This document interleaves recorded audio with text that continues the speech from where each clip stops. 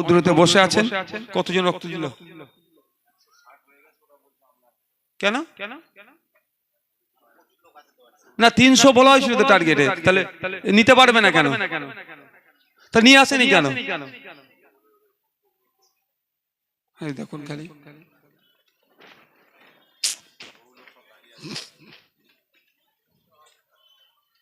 আমাদের টার্গেট ছিল 300, যে ব্লাড ব্যাংক নাকি 160টা প্যাকেট নিয়ে এসছে। কি বলবেন বলুন? ঠিক আছে, এরপরে প্রোগ্রাম করতে হবে, ওদের বলো সেখানে দিয়ে দিতে। এরপরে তৃণমূল ভাইদেরকে বলো প্রোগ্রাম করতে, আমাদের ছেলে যারা নাম লিখিয়েছে সবাই রক্ত ওখানে দিতে বলবে। ওরা আটকাচ্ছিল তো, করতে বলবো ওদেরকে, বলে তোরা তো আমাদেরকে ডিস্টার্ব করেছিস, আমাদের বাকি আছে লোক অনেক, 150 লোক বাকি আছে, তারা ওই ক্যাম্পে গিয়ে দেবে, তুমি দায়িত্ব নিয়ে গিয়ে দিয়ে আসবে। যে কথা বলছিলাম ভাই, আমাদেরকে একটু সজাগ সতর্ক হতে হবে, আমাদের মনের মধ্যে বিষটা কারা ঢুকাচ্ছে দেখতে হবে। আপনি তৃণমূল করেন, আপনি বিজেপি করেন, আপনি আইএসএফ করেন, আপনি কংগ্রেস করেন, আপনি সিপিএম করেন, দিনের শেষে তো প্রতিবেশী ভাই। কেন নিজেদের মধ্যে মারামারি হানাহানিতে জড়িয়ে পড়ছেন? কে আপনাদের এই বিষটা মনের মধ্যে ঢুকাচ্ছে? তাকে দেখুন তো, সে কিন্তু এক জায়গায় বসে এসি ঘরে চা খাচ্ছে বিজেপি নেতার সাথে, তার বেলায় কোনো সমস্যা নাই। সমস্যা বুথের স্তরে এক জায়গায় বসে চা খেলে। আপনারা একটা ছবি দেখেছেন, আমার মোবাইলও আছে, আমি দেখাতে পারি আপনাদেরকে। কুণাল ঘোষ, সুকান্ত মজুমদার, দিলীপ ঘোষ, কোন একটা আরএসএস এর নেতা না কার বার্থডেতে কেক কাটছে। কুণাল ঘোষটাকে তৃণমূলের নেতা, দিলীপ ঘোষটাকে বিজেপির নেতা, সুকান্ত মজুমদারটাকে বিজেপির নেতা। তারা যদি এক জায়গায় কারো বার্থডে কেক কাটতে পারে, আর একটা ছবি আছে থাকতে পারে, তো আমি বিরোধিতা করছি না, আমি সৌজন্যতা রাজনীতিকে পছন্দ করি, আমি বিরোধিতা করছি না। আর একটা ছবি আছে পার্থ চ্যাটার্জি, সুজন চক্রবর্তী, আরো তৃণমূল বিজেপির নেতারা এক টেবিলে বসে আছে এসি ঘরে, অসুবিধা নেই, আমার কাছে ওটা খারাপ নয় ভাই, সৌজন্যতা রাজনীতি হওয়া দরকার। আমার প্রশ্ন এখানে, তারা এসি রুমে বসে থাকতে পারছে এক জায়গায়, তারা মারামারি হানাহানিতে জড়িয়ে পড়ছে না, বা আমরা কোনোদিন দেখিনি যে বিজেপি সুকান্ত মজুমদারের সাথে মোহাম্মদ সেলিমের হাতাহাতি লড়াই হতে, আমরা কোনোদিনের দেখিনি, অধীর রঞ্জন চৌধুরীর সাথে শশী পাজা ম্যাডামের হাতাহাতি লড়াই হতে, আমরা কোনোদিন দেখিনি অভিষেক ব্যানার্জি সাথে শুভেন্দু অধিকারীর মারামারি হতে, আমরা কোনোদিন দেখিনি মমতা ব্যানার্জির সাথে বিমান বসুর মারামারি হতে। না দেখাটাই স্বাভাবিক, আমরা এটা দেখতে চাই না, কিন্তু আমরা এটা কি দেখলাম, শুভেন্দু অধিকারীর মহাশয়ের সাথে মমতা ব্যানার্জি অ্যাসেম্বলির মধ্যে এক ঘরে বসে চা খেতে, তারা এসি রুমে বসে চা খাচ্ছে, কোনো সমস্যা নাই।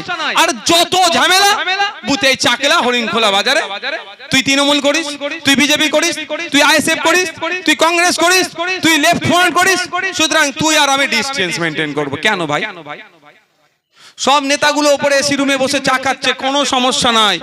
আর যত ঝামেলা বুথের স্তরে, তাই আমি আজকে এই জায়গা থেকে দাঁড়িয়ে বলবো, ইন্ডিয়ান সেকুলার ফ্রন্টে যারা কর্মী সমর্থক আছেন, দায়িত্বশীলেরা আছেন, আপনারা ওই পরিবেশ তৈরি করুন হরিণখোলা বাজারে চায়ের দোকানে, আগামী থেকেই যে কোনো রাজনৈতিক দলের পরিচয় হোক না কেন, এক জায়গায় ডেকে বসুন, এক জায়গায় বসে চা খান। আমার বিশ্বাস, আমার ভরসা আমার কর্মীদের প্রতি, আপনারা ফুল দিতে থাকবেন, ওরা যত ইট ছুড়ুক না কেন, একদিন ওরা হাঁপিয়ে যাবে, ইটের বদলে একদিন এই হরিণখোলা বাজারে আপনাদের সামনে ফুল নিয়ে আসবে, ফুলের বদলে ফুল দেবে, এই সমাজ ব্যবস্থা গড়ে উঠবে। আমার ভরসা, এই দায়িত্ব আপনাদের নিতে হবে, আপনাদের এগিয়ে যেতে হবে, কোন রকম অপ্রীতিকর কোন ঘটনা ঘটতে দেওয়া যাবে না। দিনের শেষে প্রতিবেশী, এটা মাথায় রেখে রাজনীতি করতে হবে। আজকের পর থেকে আমি আমার দায়িত্বশীলদেরকে প্রথম বলি, আমি কোনোদিন বলিনি, তাও জানিয়ে রাখছি, যদি কোনোদিন আমি এদেরকে ফোন করে বলি তোমাদেরকে, এই ওটাকে একটু দেখে নাও, আমি বুঝে নেবো, মানে বুঝতে পারছেন, এরকমই তো বলে, আমি বুঝে নেবো, ওটা ঠ্যাংটা ভেঙে দেবো, আমি বুঝে নেবো, আমি তো বলিনি, উদাহরণের জন্য বলছি, তোমাদেরকে বলবো, তখনই উত্তর দেবে, ভাইয়ান আপনি আসুন, আপনি শুরু করুন, আমরা শেষ করব, উত্তর দেবে আমাকে। ঠিক একই ভাবে মিডিয়ার মাধ্যমে তৃণমূলী চারা নেন 25 পয়সার নেতাগুলোকে বলছি, চালানের নেতাগুলোকে বলছি, আপনাদেরকে দাদা দিদিরা তো বলে দেয় এটা করো সেটা করো, দেখে নেবো। আজকের পর থেকে যদি সত্যিকারের অর্থে আপনারা মনে করেন যে আমরা সঠিক রাজনীতি করতে চাইছি, কোন দাদা দিদি যদি বলে ওকে দেখো তাকে দেখো, আপনারা উত্তর দেবেন, দাদা বা দিদি আপনি এসে 1 ঘা দিন, আমরা 5 ঘা দিয়ে হাফ ডজন করে বুঝিয়ে দেব। বুঝতে পারছেন না কি বলছি? দূরের লোকেরা বুঝতে পারছেন কি বুঝাতে চাইছি? দেখবেন তখন কোন দাদা দিদি আর আসবে না, কোন দাদা দিদি আসবে না, বলে তুই মার, হোয়াটসঅ্যাপ কলে বলবে আবার তুই মার, রেকর্ড করে নে, বুঝতে পারছো না? হোয়াটসঅ্যাপ করে ফোন করে বলছে তুই মার, ও মারবে ইনি, মরবে ইনার পাশের বাড়ির লোক, কেস খাবে ইনি, জেলে যাবে উনি ইনি, আর তুমি তোমার মেয়েকে অস্ট্রেলিয়াতে পড়তে পাঠাবে? তুমি অস্ট্রেলিয়াতে ঘুরতে যাবে? তুমি বড় নেতা হবে? এরা ওদের লাঠিয়াল হিসাবে দেখতে চাইছে। দাদু এর দাদু হয়ে মারপিট করতো, বাবা এর বাবার হয়ে মারপিট করতো, ছেলে ওর হয়ে মারপিট করছে, ওর ছেলেও যাতে তার ছেলের হয়ে মারপিট করে সেই সুন্দর রাস্তাটা করে যাচ্ছে। আর এরা বংশ পরম্পরায় শুধু লিডার হয়ে যাচ্ছে। তোমার আমার ঘরের ছেলেরা শুধু মার খাবে, বারাসাত কোর্ট, দেগঙ্গা থানা আর বাড়ি করবে। ওদের ছেলেরা বিদেশে পড়তে যাবে, ফিরে এসে তোমাকে আবার সামনে বসিয়ে ভাষণবাজি করবে। এ হতে দেওয়া যাবে না। সবার ছেলে পড়াশোনা করুক, সে আওয়াজ তুলতে হবে। তাই এই জায়গায় দাঁড়িয়ে বলি আপনাদেরকে, ইন্ডিয়ান সেকুলার ফ্রন্ট আপনাদের জানাচ্ছে, যদি একবেলা খেতে না পান, খাওয়া বন্ধ করে দিন, ক্ষুধা অবস্থায় থাকুন, উপোসে থাকুন, রোজা অবস্থায় থাকুন, আপনাদের সন্তানগুলোকে উচ্চশিক্ষায় শিক্ষিত করুন। আর না হলে দেখবেন ওই নেতার ছেলে নেতা হবে, বিদেশ থেকে পড়াশোনা করেছে, আপনাকে ভাষণবাজি করবে, আর আপনার হকের টাকাটাকে লুটে নেবে, আপনারা একটু ধরতেই পারবেন না। চিৎকার করে বলবে সংখ্যালঘুদের উন্নয়নের জন্য 5,000 কোটি টাকা বরাদ্দ করা হয়েছে। চিৎকার করে বলবে আদিবাসীদের উন্নয়নের জন্য এত হাজার কোটি টাকা বরাদ্দ করা হয়েছে। দিনের শেষে কিন্তু আমরা শিক্ষায় কম থাকার ফলে আমরা জানতেই পারবো না 5,000 কোটির মধ্যে কত টাকা খরচ করলো আর কত টাকা ঝেড়ে দিল। জানতে পারি আমরা শিক্ষা আমাদের কম। এ ধরনের প্রতি ক্ষেত্রে আমি একটা উদাহরণের জন্য বলছি, আমরা ব্যাংকে টাকা রাখতে গেলে আমাদের সাথে ব্যাংকের ম্যানেজার থেকে শুরু করে ক্যাশিয়ার কত ভালো আচরণ করে বলুন তো। যদি একটু মোটা পাড়া টাকা হয়, এটা বসুন স্যার, চা খান, হ্যান ত্যান অনেক কিছু। আর সেই টাকাটা যখন আমরা তুলতে যাই, 1000 বানান যদি ভুল থাকে, 100 বানান যদি ভুল থাকে, তখন আমাদের সাথে কি আচরণ করে ভাই? নতুন করে বলতে লাগবে নাকি? তা আমরা কি চাইবো আমাদের সাথে যে আচরণ করছে আমাদের ছেলেদের সাথে ওই আচরণটা হোক? কেউ চাইবো? আশা করছি সবাই চাইবো যে আমরা যে সমস্যার সম্মুখীন হচ্ছি এটাকে কাটিয়ে উঠে আমার ছেলেগুলো না এই সমস্যার সম্মুখীন হয়। তাহলে প্রথম কাজ হবে, একবেলা খেতে যদি না পান, খাবেন না, আপনাদের ছেলেগুলোকে উচ্চ শিক্ষায় শিক্ষিত করুন।